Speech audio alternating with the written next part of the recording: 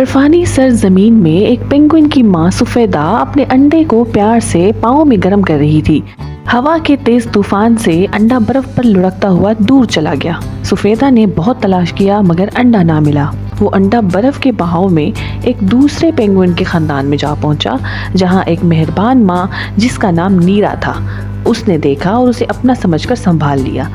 कुछ दिनों बाद अंडे से एक खूबसूरत नन्हा पेंगुइन निकला जिसे नीरा ने बर्फी का नाम दिया।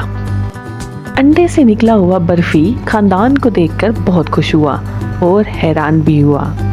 बर्फी दिन ब दिन बड़ा होता गया और खेल कूद में मसरूफ रहने लगा। बर्फी की माँ उसे ढूंढते ढूंढते नीला के खानदान में भी आ गई। बर्फी दूसरे पेंगुइन बच्चों के साथ खेल रहा था। दूर से आती हुई थकी हुई पेंगुइन को देखा तो उसकी आंखों में उम्मीद भर आई। वो सुफेदा थी जो आज भी अपनी गुमशुदा अंडे की तलाश में थी। बर्फी को देखते ही सुफेदा का दिल जोर से धड़क उठा।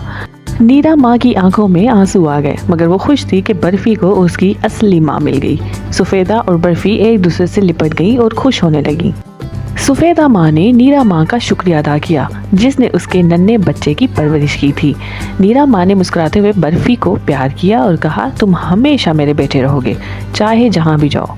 बर्फी ने अपनी दोनों माँओं को देखा और महसूस किया कि वो दुनिया की खुशकिस्मत तरीन पेंगुइन में से है।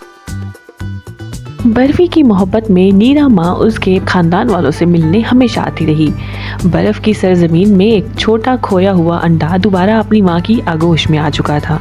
वो एक प्यारी सी कहानी हमेशा के लिए यादगार बन गई।